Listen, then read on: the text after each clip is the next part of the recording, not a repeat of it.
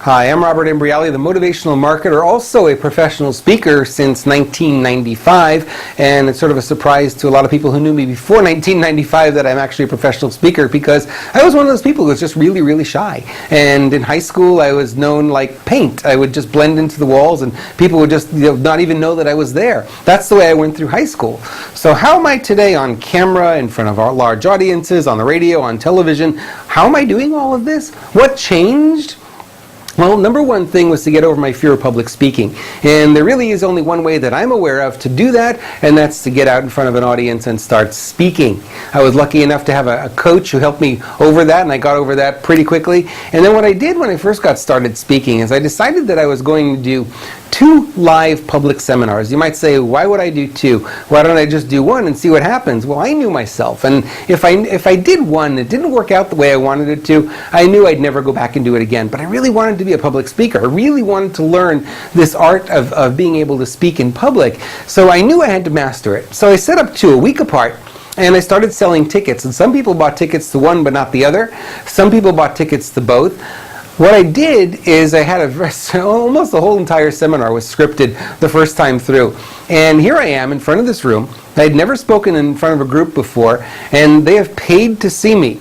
Okay? These people have paid, I think it was $29.95 for a 2-hour seminar. So they paid good money, $15 an hour, to hear me speak. I'd never spoken before in front of anybody. So I had a little lapel mic on, very much like I've got here, and I came into the audience, and surprisingly I wasn't afraid because my whole presentation was written down. It was all on paper, it was right in front of me. If I lost my place, I could just refer back to that and I would be fine. And I decided I was going to have a lot of fun with it. Instead of being nervous and scared, I knew there was a 50-50 chance that it would be okay, a 50-50 chance it may not be okay. But I realized that I really wanted to master this and I wanted to do it. So I set myself up to win. I put some friends in the audience. I put people in the audience who I knew were very supportive of my desire to be a speaker. And of course, along with that, there was a general public, people I'd never met before, who just bought tickets and came to the event. So it was a lot of fun for me. The first event turned out really well, and I actually have a recording of it somewhere. Someday I'll have the guts to release it, because it wasn't nearly as good as I am today. Obviously, the first time out, you're never that good. But it really got me over the hump, if you will. And the reference that said that I could do this again was at the end of that seminar. Some people bought tickets to the one that was happening a week later. And I thought, wow, it was good enough for them to come to the front of the room and buy tickets to the next seminar. That was pretty cool. So truthfully, the only way to get over your fear of public speaking, and the only way to become a good speaker, is to get out there and speak. Speak to who? Anybody. Tony Robbins always tells the story that when he first got involved and he knew that he needed to learn how to speak, he would speak to anybody at any time. He would do 3, 4, 5 different presentations in a day, because he just wanted to master the skill of public speaking.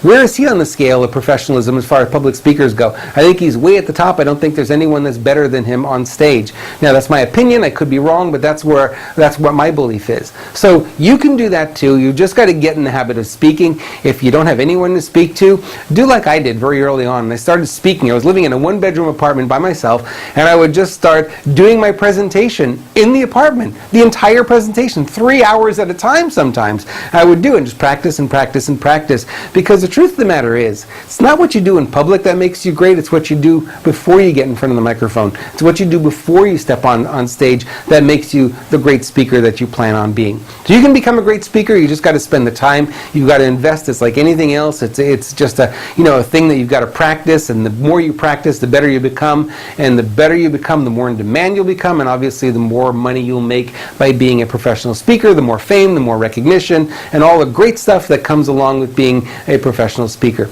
I know you've got what it takes. The question is, do you know you've got what it takes?